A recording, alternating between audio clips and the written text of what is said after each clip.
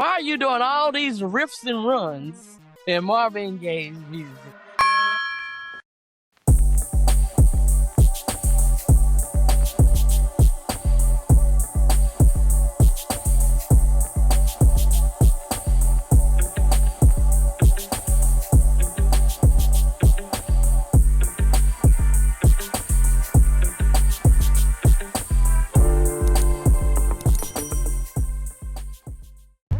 Cheers to truth, art, and saying things that most people are afraid to say.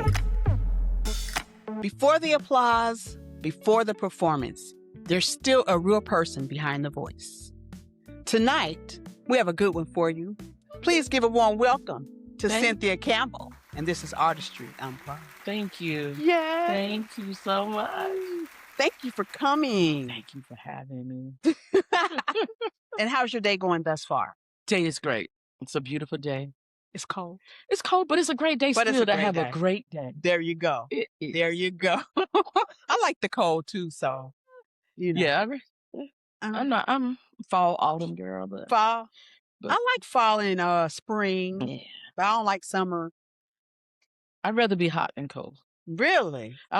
Winter is tough for me. Yeah. Yeah. I'm a sunshine girl. You're a sunshine I'm a girl. sunshine. Yeah, winter makes me gloomy. Really? Yeah, it brings me. I have a lot of lows in the winter. What's your zodiac sign? I'm a Scorpio. Scorpio. Yeah. Yeah. Okay. I'm Aquarius. Okay. My mother's an Aquarius. I'm a January baby. Yes. My mother is an Aquarius, but she's February, so she's taking it out. Yeah. Oh, that's so interesting because my mom, she is a February baby as well. And she's an Aquarius because she's on that cusp. Mm-hmm. 2 Aquariuses in the house. That was crazy. But you understand one another, right? You understand one another. Yes.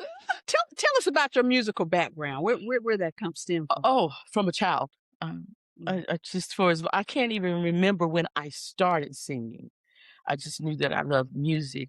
And then as I grew older, my family, my aunt, my mom, and a couple of my cousins, we formed a family I saw gospel that. group. Yes. So I sang with them for years. And it's just, music is just me. Yeah, that's one of the things my mom said. She said, when you left, that's what I missed. She said, because when you woke up, I could hear you just singing. Wow. It's So you always wanted to sing, huh? I just knew that it was going to be. That's awesome. That's awesome. Yeah. So how do you feel about the music that's out there now with the generations coming in? Do you think we still have that soulful sound that we have? I don't.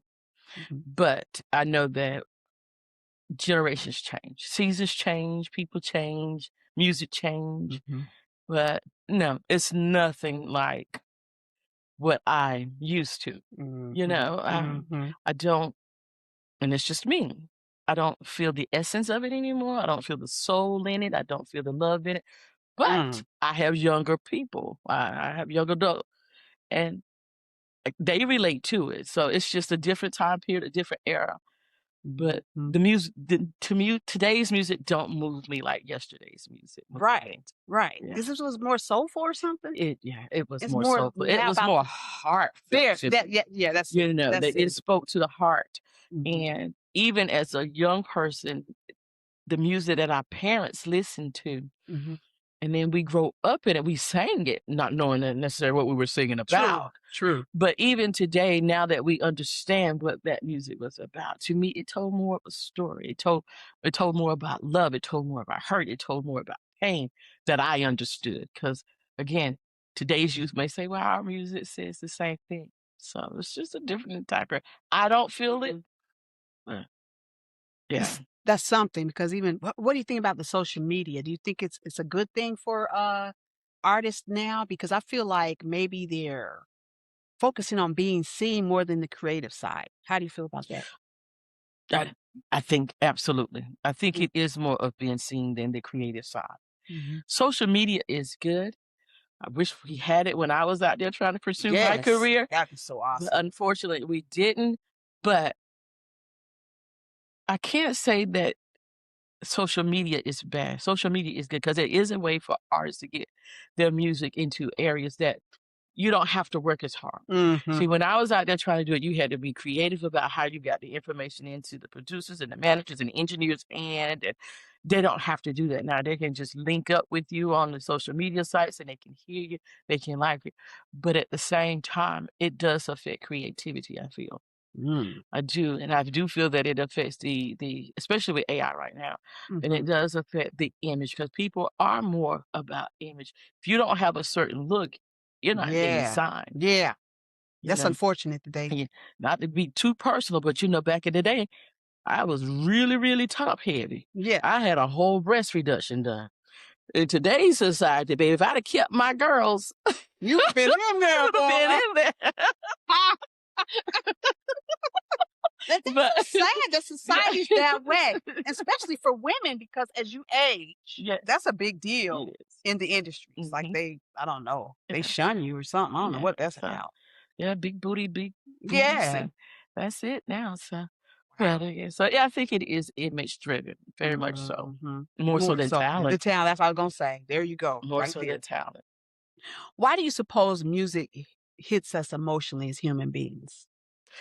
First of all, music is a universal language, and no matter where you go, I mean, you don't even have to speak the language, but you can understand. If it's delivered correctly, Yes. you can understand the emotion that's in it. So, and it tells music is there's different types of music. You have your inspirational music, your Christian, your gospel, your reggae, your R&B. You have all those types of music, and depending upon where you're at and what you're needing at that point in time is what music would deliver you from. If you're needing comfort, you can go to your praise and worship, If you need a deliverance, you can go to your Christian music. Or if you're needing if you're having a somber day and you want to know, first of all, there's two different, you've got your godly love and you've got your love from that one another. But if you need that godly love, you can turn on your gospel music and you can feel that godly love. That's But right. if you're just wanting healing from a broken heart, you can go to whatever, your R&B, your country, whatever. So if Yes. you want relaxation, you just want to have a whole zen moment, you can put on you some good jazz. So I think that's why music is such a healing power, because wherever you're at in that space in your life, there's a music, there's a There's form a of song. music. There's And I tell people all the time, I have a song for every word. That's Because, right. if there's a song for it, if you think it, there's a song that would deliver you from it. Ooh, that's a good one. Yeah, there it is. That is so true. Wow, you nailed that one. Yeah, it is. Thank you. Thank you. What's the hardest emotion to sing from, you believe? For me, the hardest emotion would be probably that happy place. And it probably shouldn't be, but I can relate to, I feel that I'm more of a laid back, soulful singer. And I love to tell the story. And I feel that I can deliver the story of hurt and pain Mm. more so Mhm. than Do you think it has something to do with, your journey or your past, or where do you think that comes from? I Because don't this know. comes from within. It does come from Mm. within, but I've lived a pretty decent life. I've lived a life where I haven't had a whole lot of pain. Hmm. I've had some, I'm not gonna lie, but I haven't been one of those people that I've just literally been in a low place. I've had low moments. So how do you relate to that so good then, I wonder? Where does that come from? So it's peace that I find from within, Wow. you know. And when I have songs that I go to if I'm feeling a certain way. And that started when I was real young. Even in school, if I was feeling a certain way or I felt that my life wasn't going in the direction I wanted to go in, I would turn to Irene Cara. Sometimes I wonder where I've been, who I am, do I fit in? And to Diana Ross. And Yeah. there was one of the songs that she sang, and I'm like, and then I got older, and I went through a period where I felt like my significant other didn't understand. So I turned to Layla Hathaway. But yeah, so so those types of songs is what resonates within me. Now, if I'm happy, anything could come to mind. It's like stuff that I don't even really sing, what I call my sunshine song. Like, what is it? When I wake up in the morning, love, and the sunlight hits my Oh, eyes. yeah. So songs like that, those are my songs that I'm like, okay, yeah, this makes me smile, you know. And just for the people out there, if you want a good make you smile song, put that song on. That's a good one. I mean, regardless to what if you wake up in the morning and put that song on as one of the first songs that you hear, and it's just something about It is. song that pumps you. It sure does, though. It's not Lovely day. a lot of songs like that either. I wish we had more songs like to get you going in the morning. Yes. You know, going to work. Yeah. Going to the slave job. But anyway. Just over Bronco. Okay. Do you think can people when you sing, you think people can hear the pain in your voice? I don't. What I encourage people to do is to listen to the music and find that place for them. I don't know if there's pain. There may be pain in my voice. More importantly, I want to tell the story of the song. And so the way the artist delivers the song may not be where my moment is in that song. So when I listen to the songs, I sing, I said, okay, I hear what they were doing there, and I feel where her emotions was, but mine may be someplace else in that song. So probably so, because I do focus on trying to make sure that I'm telling the story of the song. So, yeah. That's good. Has music healed you personally? Day to day, minute to minute, hour to hour, second by second. There's always a song. I think that's how I keep going. Yeah. People say all the time, they're like, you always smile. And I don't always smile because I have that rested, face also. But for the most part, if I'm greeting you, I try to greet with a smile. And they say, well, Cynthia, why do you smile? But I keep a song in my heart. I keep a song. I walk around. My pastor just told someone this morning, he's like, because my pastor is also my best friend of 40 years. Oh, that is so cool. Almost 40 years. What? And she's like, she's great to vacation with. She's just noisy because I eat noisy food. I'm like, I crunch on chips. I eat popcorn. She says, who eats popcorn noisy? I said, well, I'm sorry. You choose the one that does not have kernels. It does have a little noise to it. Yeah, it does. Thank you. Just like, but she said, but then the one thing she said, but Sid can wake up in the middle of the night and she's humming something. But yeah, even listening to earth sounds, I try to go to sleep and listen to the music or the earth sounds or the relaxing music. It does not put me to sleep. It does not. No, it keeps my mind. It's like, okay, what lyric is this? My mind is constantly going. I literally have to turn it off. Yeah, I was gonna say you probably can't listen to. Yeah, because if not, I'm laying there and I'm listening. I hear the melody.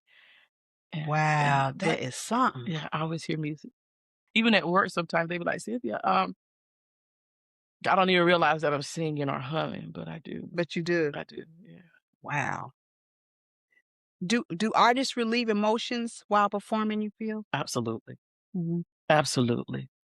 And honestly speaking, I think one of the things that I have the problem, I shouldn't say that, it's hard for me to sit in a concert if I can't feel the artist emotion. Yeah. Because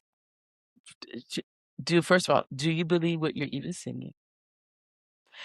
And there's a difference between, to me, an artist and a person that's just getting paid. Because some people just sing to sing. And when I sing, my goal is I'm not I can't save the world, but if I can touch one person through my music, then I've done an assignment for that day, I should say. So I think it should be felt. I think that your music, if you're up performing, that people should connect to what you're singing. At some point in That's time, important. there should be a connection. Mm-hmm. And yeah, and if I can't connect, I'm not.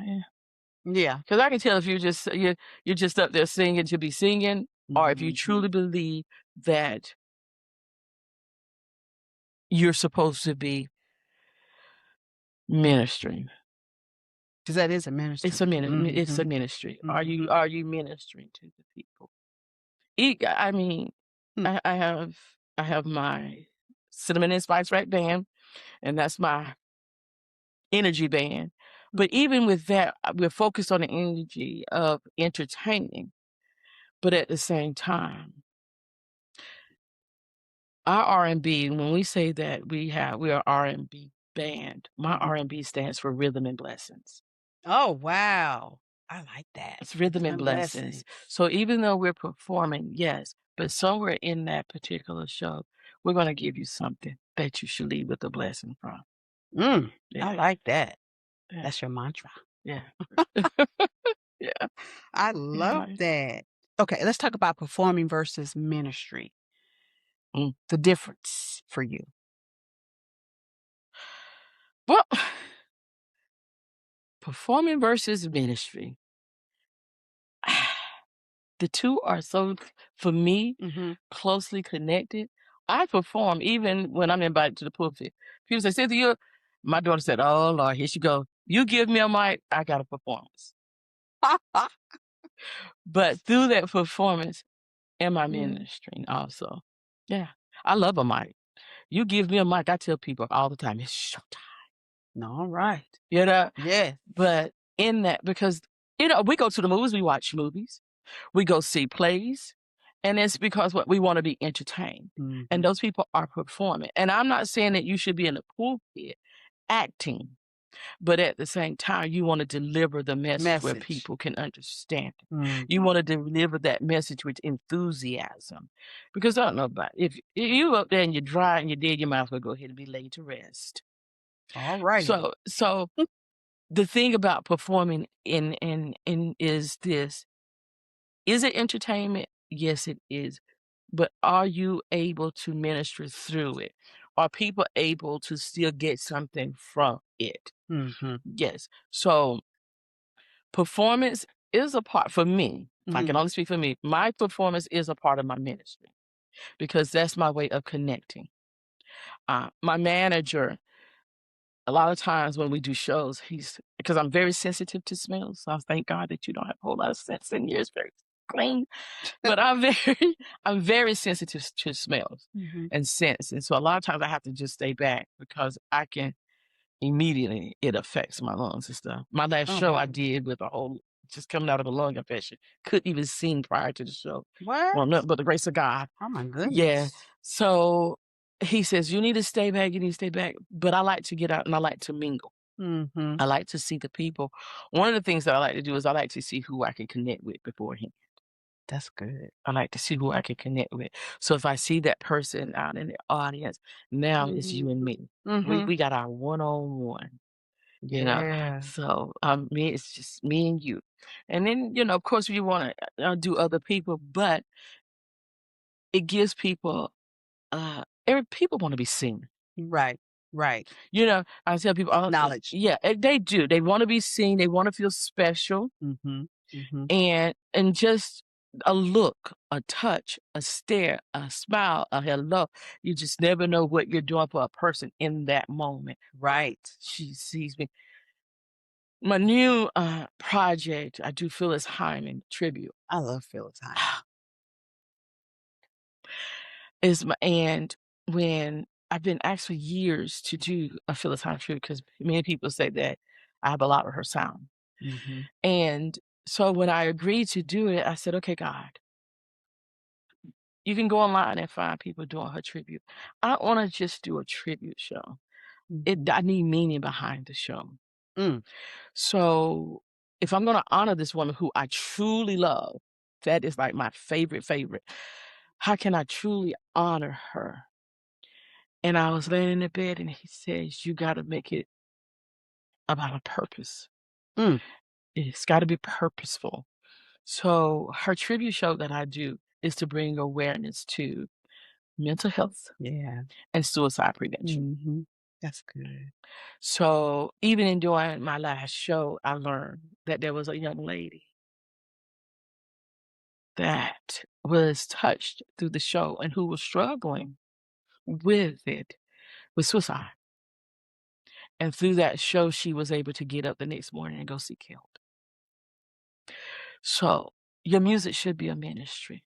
There should be some message that you tell. You know, I went and saw Fantasia and Anthony Hamilton for the second time. Because the first time I went to Germany was in Greensboro, I went. And it's not just them. I'm noticing that more artists, they're at some point in their show, they take time to give homage to God. And I think that's needed. I think people need to know that even though, because people get into this secular and Christian thing. But my thing about that, my conversation on that is Jesus is love first and foremost. He's love. And regardless as to how you're telling that love story, we couldn't write the words if he didn't give them to us. True. You know, we couldn't write those words if he didn't give them to us. Yes, we have to be careful about what we receive because everything out there is not good. But if I'm singing a secular song and I'm telling people about love and relationship, and you can easily turn those songs, a lot of those songs you can turn into, if you listen to them, they can be godly songs. Yes, it hit the pop stream, but think when that artist wrote that song, think about where their mind was when they wrote the song. Yeah.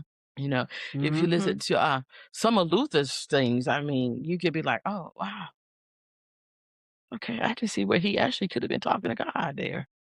You know, Angel.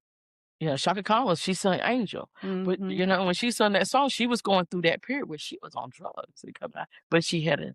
Yeah, she was. So, but there was a calling there that relieved her. So even in that, it's all in how we interpret the song. You can take a whole secular song and turn that song and make it about God in your life. You could. I've done that before, actually. Yeah. And it was a Luther song, by the way. It was. And I was just crying. Exactly. Bawling. Because I looked at that song totally different. And when it did, it hit me like the floodgates just opened. Yes. So I was like, wow. Yeah, it crossed over to pop. But who's to say that it wasn't meant to be on the gospel? Right. And I feel a lot of times when we're listening to those songs, it's easier to take it to a secular side because that's where the money is. It used to be. Right. Okay. We got a lot of gospel artists now, but even if you listen to their sound, it's on a pop sound. You got to meet people where they're at. Right. You have to meet people and they are crossing. It's a thin line right now in a lot of the gospel music and our secular music. It's a very thin line, you know, from Walter Hawkins and all of those people. Yeah. But again, because of the rhythmic sound of that song, you're trying to reach people where they're at. And since COVID, people aren't running to the church house like why they they used do to. that anyway? Why do they go by the way the music instead of the message? Because of how it's labeled. Okay. I think it's to me closed-minded people. You get so too religious, man. I say they so holy, they know worldly good, and it's it's supposed to be you're not supposed to be a part not of it, though, right? But we still have to live in this world. We still have to live in this world, and if me's, I'm trying to think of the Luther song. I can't even think of it right now, but if a person listening to that song, if I sing that song and I turn those words around and a person, like you said, when you turn it around, floodgates open up. Yeah. I never felt that song like that before. Yeah. I think I just say, oh, that just sounds like a good song. It was a good song because Luther sung and everything. But when I looked at it differently, and it was that time in my life. Yeah. And then I just was like, whoa. and it just hit me. You can do it. A lot of those songs, if you just take what he's saying out of it and put God in there, oh man, this is true. Yeah. I got chills. So now that you said that, because we were talking about earlier, when you said meet them where they're at, and that's totally true. I see what you mean. And I'm sure a lot of people experience that. That's it. That's it. They're not out there. And when you have an opportunity to speak to people, find out what it is that they like. Find out what it is that they listen to. Yeah. And in conversation, God is in there. He's in there too. He's in there. It's so true. So true.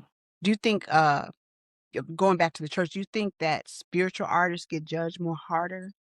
I do. Why do you suppose? I do. Because, did I say closed-minded people? Yeah, you did. Or if you did, it was something on them lines. Because I think people can be closed-minded. And even with what I do, I know that even there, I get judged. I do. Because my concerts are more secular concerts as opposed to gospel. And I just invite people to come out to see the deliverance there. Well, because there is. And yeah. so even my pastor, she comes. She opens me up with prayer. If I'm doing something That's locally, so she cool. opens me up with prayer. And she tells me, if you have not seen her show, you should go and see her show. Because Cynthia pays homage. You don't leave there without knowing who she's paying homage to. I can't do it. I don't have the gift without it. Without it, yeah. I don't have the gift without it. But yeah, I do, because people feel that if you are singing secular, then what do they say? You're straddling the fence. Yeah, they say that. Yeah, you're straddling the fence. You got to make a choice. You're gonna sing for the Lord or the devil? I'm not. And yeah, that's crazy. and I don't invite the enemy nowhere in my life. He has no place. Right. He's not welcome in this vessel. He's not welcome. And there are certain songs that I do not sing. Yeah. The energy of them was not good for you to sing. It's not good for me to sing. Yeah. We had one, Tony Braxton. You're making me high. I knew you was gonna say that. I knew it. I knew it. And we got this nice intro to it for my band. But when I got that calling, I went to my manager. I said, I can't sing the song anymore. He said, I said, I can't sing that song anymore. I said, we can keep the intro, let it lead into something else. I said, because when I sing that song, I'm all into it, and I'm like, I can't be. And it's crazy because the words the lyrics I get kind of confused with the lyrics, because first I thought she was talking about a man or being with a man, but then it's about. So I was like, wait a minute, I don't know. So I was like, okay, making me high. But, so I was like, yeah, but I like this. I like Tony Braxton. I like her as an artist. Right. We understand, we had a good set off there, but so certain songs, God will say, yeah. Yeah, he'll not that one. He'll let you know. That's not a good one to sing, because we have to watch what we're putting into other people also, and what we're making them feel, and what message we're conveying. Right. Right. So yeah. I didn't even look at it that way. That's wow. Does ministry become exhausting for you, or can it become exhausting? Ministry, yeah, it can be. It can be. Is it mentally, or what? In what way? For me, I'm a feeler. I'm a true feeler. And so I can be in a person's presence and feel that something's off. And I'm like, and then God, there's times where God speaks to you, and he'll have you walk up to a perfect stranger and give them a message. And now you're fighting. You're like, I don't know this person. Yeah. You want me to say that? You want me to do that? And so it's a struggle of for me, it's a struggle of identifying, is this God's voice that's telling me? Oh. Or is this Cynthia? Right. Who's speaking here? Right. So Gotta be careful. you got to be careful because it should never be you. It Mhm. should always be the spirit leading you. But you'll know because the person will be receptive. So if they're not receptive, then you know that It's like, okay, maybe okay. it wasn't God telling me to speak this, but maybe it's my ego that thought it saw something, you know. Yeah. But yeah, but we But how do you know? oh, it pulls you. Okay. We just had a conversation. I told them last one of my other girlfriends also. She's like, I got this call and it's just I don't know. She was at this grocery store, and God was telling her to talk to this young lady, and she was struggling. And she said she didn't do it, and she went on to the checkout, and she Mhm. said she looked behind her, and the young lady was in the line behind her. That's a sign, right? Yeah, so she Okay. was like, "Oh God, what do I do?" And but in between her was another lady, and she Mm. said she asked the lady, "Is that your daughter?" And she said, "Yes." And she said, "God is telling me to speak to your daughter. Do you mind?" And she said the mother was like, "That's fine." And she said as soon as she started speaking, the young lady just started crying. Mm. And the mom was like, "See, I told you. I told you. I told you." Wow. She needs to get that But word. God won't leave you alone. That spirit will not leave. It will pull, it will pull, it will pull. And it's like you cannot walk away. And then when you walk away and you didn't do the assignment, Mhm. Mhm. there's this whole thing of regret. And it's like you Mm. didn't do what I asked you to do. We went Your to conscience gonna be bothering you. oh, it does. It does. We went to Punta Cana last year in October. And there was a mother and daughter on that trip, and they were there for a vow renewal, and we were there for my girlfriend's Mm. birthday, and it was like 18 or 19 of us. And me and my girlfriend, we go to church together also. We actually stay room together, and we met that mother and daughter. They ended up on our party boat instead of with her family. Mhm. Didn't know why, but Mhm. she was like, "Y'all just seem like a good group of people. So we're gonna hang with you all." And they did, and I know that I woke up in the middle of one of those nights, and I had a bottle of water, and the Holy Spirit said, "I need you to anoint that water, pray over that water, and I need you to drink it nonstop." Mm. And my girlfriend, she woke up, and I was drinking that water, and I tossed it, I turned it, I tossed it, I turned it, I tossed, because he was just giving me different people that was on that trip to just speak to. And I was like, "God, is this you? This you, this you?" And so I got up and he told me what to say to her. I drank that water and she's like, "Friend, you mighty thirsty." And I wouldn't say that I just drunk that, but I drunk the water down with nonstop. And I went to her and I shared with her what God had for us to do. Because she's Wow. an event. She walked into her event and she was Mhm. like, wow. So the first one was that mother and daughter. Mhm.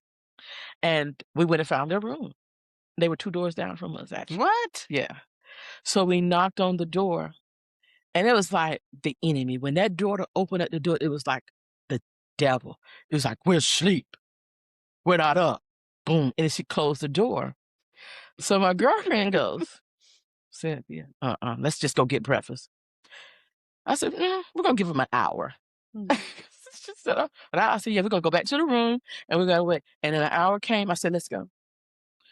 And then she said, "No, let's just go get breakfast." I said, I can't. We have to do this. And God says we gotta do it now. Mhm. And I knocked on that door. I was banging. And she was high because she was like, "Oh my God." And this time the mother answers the door. Mhm. And I say to her, "God has a message for us to deliver to you. May we come in?" And she allowed us to enter. And when we started speaking, the daughter, at this point, the daughter is actually brushing her teeth at the sink. She's like, she didn't want no parts of it. Mhm. So we started speaking to the mom, and then the daughter comes up and she said, "May, should I tell them?" Wait. You said what now? You said The daughter walks up and she mhm. looks at the mother. She says, "Should I tell them?" Okay. Okay. And the mother said, "Yes." So what we were speaking was that we didn't know about is this young lady had died. Whoa. Yeah. And her and her mother lived in 2 different states, but they came together for this. For that, yeah. Yeah, and the mother will share with us that when she lost her daughter, she saw it in a dream. She said she saw it in her dream. There was a 7-year-old girl in her dream that was sitting in her lap. And when she opened her eyes were blood red.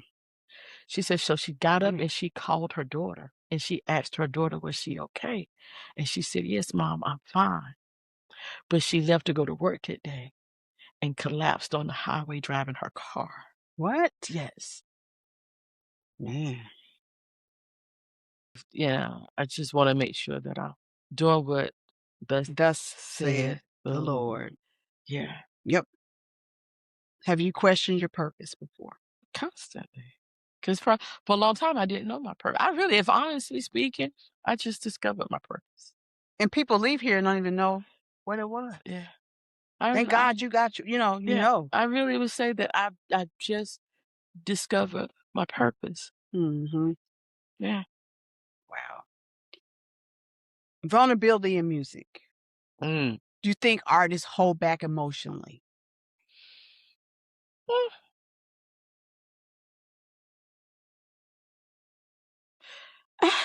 Not a true artist. I wouldn't. Not a true artist because you're telling story. If you're a writer, something in what you wrote had to have touched you. Because how did you write it? Right. That's good. If music is presented to you, maybe you didn't write it, but if it's presented to you, I would think that it would be like a script. When you read through that script, you either say it's for me or it's not for me. So if someone presents to you a song and you read through it or you listen to, because there's a lot of songs that people turn down because they don't connect with. Right. Right. So in order for you to accept the song, there's got to be some type of something that connected with you. So you got to have some vulnerability in it. And if given the opportunity, people perform. But if you slow it down, give them an opportunity to tell the story based upon that song that they sung, even if it's an upbeat song, a lot of times you're going to hear that vulnerability. They're going to share where it came from. They'll share where it came from, what brought about that. Why did you choose that song? So you have to be vulnerable to even... I say so. Yeah. I say so. Okay. Because of, yeah. Because if you don't have it, I wonder what it would... I can't even imagine. I know. There's some singers though that I do. I question. I'm sure there's plenty of them. Because there's a lot of great singers out there, but their music don't connect with me. But it connects with other people. I'm like, and I always say a songstress is only as good as the songwriter or the song that they're singing. They can have the greatest voice, but if that song is not connecting, and that's why you have to be careful. That's why you should be. You should be careful about what you're singing. Because it's like, And you should probably choose songs that you're going to sing. So like if you're doing covers or something, that it would be something you could connect with so that other people can connect. I've lost some weight here, but people hear me sing and they'll run up to me and they'll be like, oh, I bet you can really kill some Aretha Franklin. No, I can't. I am very truthful. I'm very truthful about the artists that I choose to try to sing. Yeah. I don't belt like that. I don't have that vocal ability like Aretha Franklin. Yes, Tanya, I said that. I have my own gift. And it's not the style of Aretha. And people like Aretha, Whitney Houston, when you sing those particular artist songs, they expect for you to sound like them. Yeah. And what is that about? I'm not Whitney and I'm not Aretha. Yeah. So no, I choose to stay away from those. Some people think they can sing anything, and I don't think that no. Some people, they do. I went to a show early. I went to a show not too long ago, and they were younger artists, and they were singing stuff from Marvin Gaye to our era of music. And I'm telling you, it was like somebody took their nails to me and just was going down a chalkboard. Because our music was not neo soul. Nope. So why are you elongating Marvin Gaye's music? Right. Why, Right. Exactly. why are you doing all these riffs and runs in Marvin Gaye's music? He was a soulful singer. And if you can't perform the song soulful, choose something that you can sing. I don't say that I can sing every song. No. I don't even try to sing every song. I don't try to sing. There's a young lady at our church. She said, know your lane and stay in it. I like that one. I love it. I love it. Yes. Do you feel that audiences really know artists, you think? No. Because them people that was up at that party a couple weeks ago with them people singing, dancing, they all of them. It was, you give people false. It's like Star Search when Star Search first came out, and some people done told those kids all that, like, oh baby, you can sing, They oh lie. and you lied to them. Yeah, that's and to me, people they hear the music. A lot of times I think they tune out what's being presented to them, which is how spirits get into you.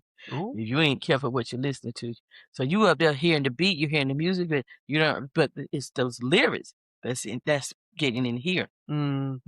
That's what you are receiving. I'm gonna leave that there. But lyrically it wasn't good. But all they probably was hearing was the and they jamming. Vocally, it was, to me, it wasn't good. Right. Right. Because I just feel like the artistry of that time period wasn't represented well. But they got paid. Yeah. They got paid to do it. Yeah. I was sitting on the sidelines. Do you remember Milli Vanilli? I do. Now the great imitators. Now they're great imitators, and wind up they could carry a tune event. But I'm a true believer that everybody can carry a tune. It may not be in tune, right? But listen, that's crazy. You take a group of 9 singers and you put them all together and you teach them a song. I bet you they'll sound good. Because guess what? It's collective voices coming together. Make one sound. Exactly. You made me look at stuff differently. You say, oh, I can't sing, but you probably can't sing as good as the next person. Right. Right. But you can sing good enough to satisfy yourself. That's why people say, oh, I'm a shower singer. Yeah. I hear that all the time. Singer. And some people just don't have the ability to hear the tone or the pitch. They tone deaf. They're tone deaf. But at the same time, like my daughter said, Mom, ugly people, are they really ugly? It's beauty is in the eyes. She said, but this is how she said it to me. She says, I don't know if it's not that they're ugly. It's just that they have so many beautiful shapes. This is how she said that. It's just that they have so many beautiful shapes, and when they come together, it makes that look. Whoa. I said, wow. What do you think about authenticity? You think it's still in the music, or you think it's disappearing? Oh, honey, so much stuff is sampled. Yeah. And now they got the AI. And they got AI. But, I mean, Bruno Mars, this is his new song. That song is from probably the early 80s. And he's charging all this. I told my daughter not too long ago, she was pulling up his concert. Yeah. I said, I would not pay that much when Bruno Mars start making his own music. Lyrics may be his, but when he start making his own music, I may consider paying that kind of money to hear him. But he is a great sampler of old music, and he takes it and makes it his own. I don't knock it. If the wheel ain't broke, don't fix it, right? Right. Why reinvent it? Reinvent, but Luther did the same thing. He did. But he made a killing, though. Yeah. But it was like people heard it for the first time when he did it, though. He didn't charge the prices. Right. You're talking, come on, $2,000 and stuff for concert for some stuff that you could, that you sample. Yeah. come to me with some authenticity, and then I'm like, that's right. I think that's so important though. yeah. Cause But it ain't but so many of these you can have, you know what I mean? Something's gonna be, you're gonna hear it over and over again because it's gotta be recycled. And there's a lot of mimicking too, because I feel like you should sound like you. Don't try to sound like someone else. But is it How that? important So is my that? question to you is it that you don't sound like you and other people hear someone else? I think that they lean toward a certain artist and they pick up all the little things and they combine it with themselves. Mm. And then they produce their sound. So, but then they'll say, "Oh, I heard a little bit of this person in you. I heard this." But then when they do that and they turn around and say, "Well, they sound like such and such." I think it's confusing. So I would say this: growing up with our cassette players, okay, this is how I sang. I listened. You said without cassette players? With our little cassette players. Rewind. I miss those days though, you know. Oh, girl. I'm from a small town. Yeah. Lawrenceburg, North Carolina. That's where I'm from. So we only had an AM station until the 87 when 99.1 came. So in order to get like the new stuff, I had to take my little radio, stick it in the window, put my little antenna on it and turn it a certain way so that I could pick up the station from Dillon, South Carolina, which fed from New York. But in that, I would take my recorder and I record the song. Okay. So Stephanie Mills, say for instance, we'll say Stephanie Mills back in the day. So I would take that recorder and I learned Stephanie Mills' song. But I play that back, I play that back, I play that back. And I sing it, and I sing it, and I sing it, and I sing it. And I'm like, okay. Now, so, and that's what I did for each artist. So when I sing, you may hear a little anybody in me. True. Because how I learned the music was by imitation. I see what you mean. Yeah. Phyllis Hyman, the first time I saw her, and I don't even know, I was at an outside concert, probably 86, 85, 86, don't even know where I was at. And I came upon this stage with this beautiful woman. And I saw this lady standing there and she was sad.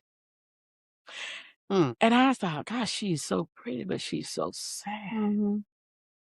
And she started speaking and tears started falling. And she started singing Old Friend.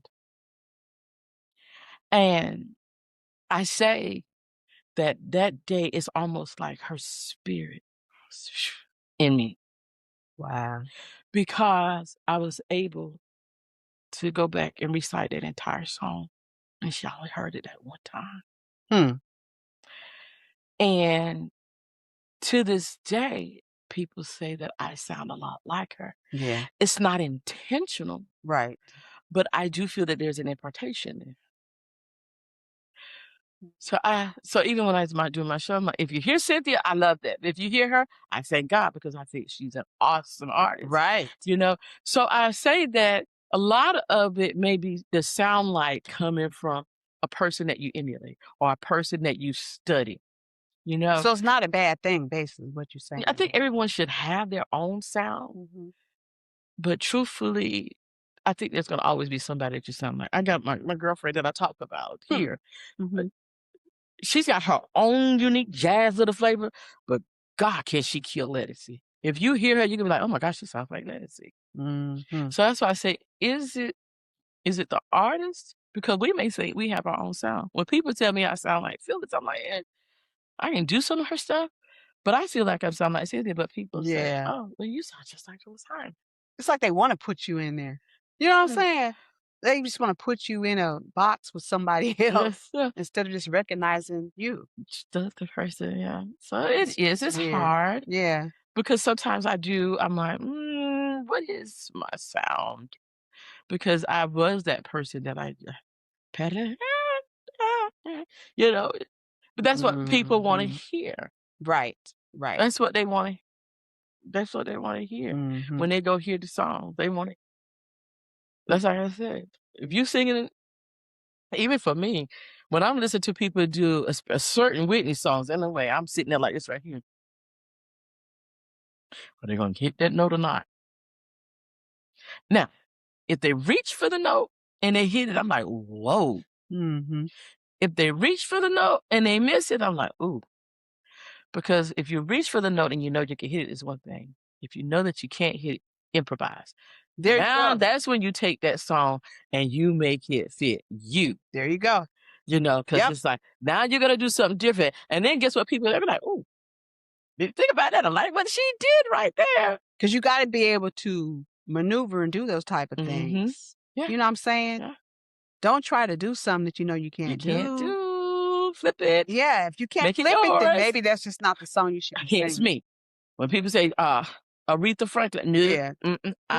Because God forbid if you mess a song up, Ooh. man. You got to be able to do some justice to it or don't mess with it. Come on now. I mean, there are some Aretha Woo. songs that I can do, but I'm just not a squaller. I say, God, why you give me the ability to squall? I ain't want you as a squaller. That's it. That's If I it. wanted you squalling, then I gave you that ability. It's so funny how we compare, we compare ourselves. We never have a good idea. Oh, I wish I could paint. Oh, I wish I could draw. Oh, I wish I could do this. It's usually a painter is saying, "Oh, I wish I could sing." Yep. Isn't that something? Yeah. We just never happy with what God gave us. Lord. But I think Me too. Me too. Can pain make artists better? absolutely, In what way? because in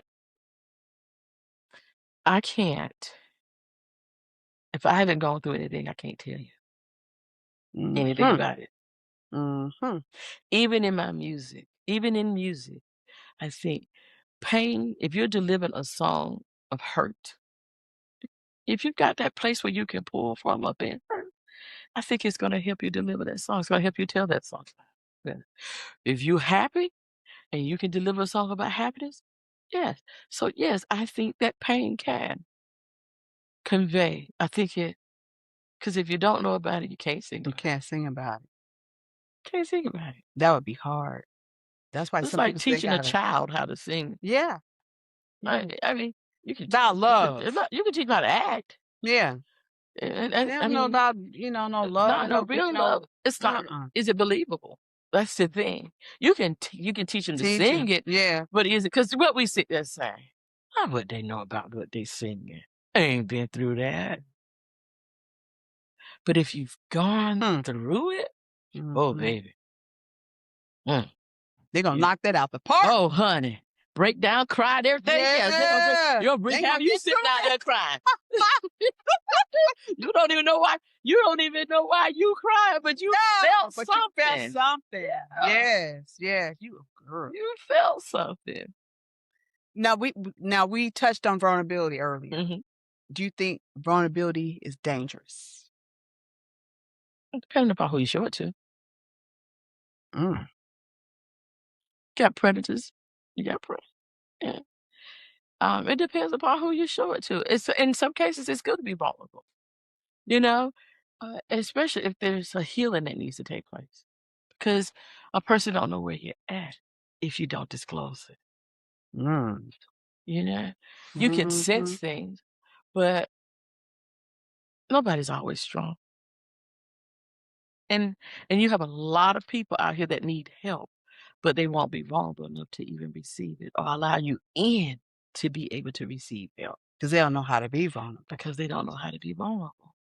And then you can take some people, if you're vulnerable, they can misuse it. Yeah. They can misuse it. And that's So probably why they're not even able to show it. You got to because have they've a been spirit burned. of discernment to know Mhm. who you can talk to, who you can be vulnerable with. And it's sad if a person don't have at least one person in their life that they can totally just be open with. Just what is it? Just totally see me, see my hurt, see my pain. Yeah. Because people are hurting. There's a lot of people. Suicide is up because people are hurting. People don't know who they can trust, who they can be vulnerable with, and it's sad when we as people take a person's hurt and misuse it. Mm. It's sad when people have been so hurt because they have been vulnerable that they don't feel that they can trust anymore. Yeah. So they carry this weight. And some people carry that weight so much to they realize, they feel I have nowhere else to turn. So they take themselves out. Girl, that's deep. It happens every day. It happens. Yeah. Mm. But other than that, people want to be seen and people want to hear their name. Yeah. Yeah. What keeps you singing? What keeps me singing? Mm-hmm. To not get into a low place. Wow. We all have our challenges in life. And music keeps me here. That's what keeps me singing. And it's very therapeutic, isn't it? It is. It is. And in the words of Betty Wright's mama, people want to hear about it. Cynthia? No, that it is though. I think that this is what I was born to do. Mm-hmm. And it keeps me going. It keeps me motivated. That's just my purpose. That's what I was.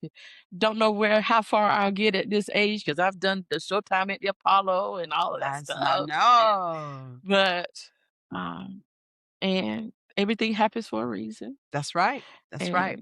I think at that point in time in my life, what they say, two roads divided, and I chose the one less traveled. Mm-hmm. I took the wrong road, but haven't we all? You're not alone. But at the same time, it was by nothing is by happenstance. Mm-hmm. Nothing is by happenstance. So everything's delayed, designed. Do you think there's a lonely part with singing? It is. How? It is. Because sometimes you gotta be to yourself.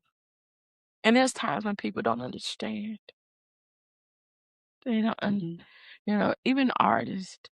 A lot of artists that when we see them, we think they're doing well. Yeah. But they struggle behind those doors, just like we are, just like we do. They have their own lives. So yeah, there is, because you have back to the image thing. When you're in front of the people, there is an image that you have to keep up. But when the door closes and you by yourself, they're just like us. We are all human beings, and we all have this flesh, and we all have things that we go through. And if you look at a lot of the tabloids, you see like, oh my God. Because I sometimes look and I'm like, man, they got all this money. They still acting crazy. I like to think if I had that kind of money, what I would do. I haven't had it. Personally, yeah. Like you say, I never had it. I think too, it's all in who you have encamped around you. And that's the thing. You have to have, or you should have, positivity. And if it's negative, it's not doing you any good anyway. And sometimes we get so attached to people. We hold on to people like we hold on to clothes and objects. We become hoarders. And we can become hoarders of friendship. We can become hoarders of people. Sometimes you gotta let them go. Yeah. If they don't mean you any good, you gotta let them people fall. If they're not bringing you joy, peace, if they're not contributing to those things, and it's causing sadness every time you're in presence, you gotta let them go. Let them go. So you can't, because you have this lifestyle and you have this image that you're trying to keep up, and deep down inside, you're dying. You're struggling. You're struggling. Well, thank you so much for coming on to Artistry Unplugged. And if you had a superpower, what would it be and why? Oh, a superpower. Yes.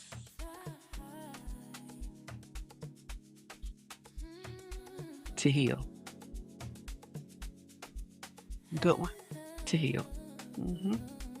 That's a good one. Yeah. I love it. I love it. I love it. And if someone wants to follow you on some of your social platforms, where can they reach you? They can TikTok. Well, I'm that. I'm really by my name, Cynthia Campbell. Okay.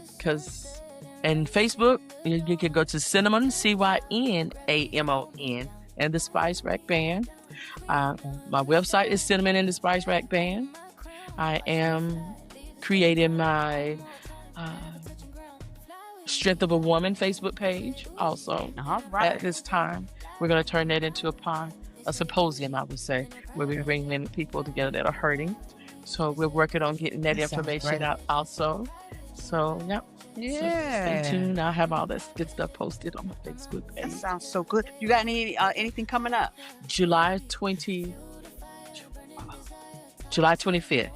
we'll be at Germanitz. It's an event center over in Eden. I think it is. It just opened. So we'll be doing our Feel the Timing show, July 25th.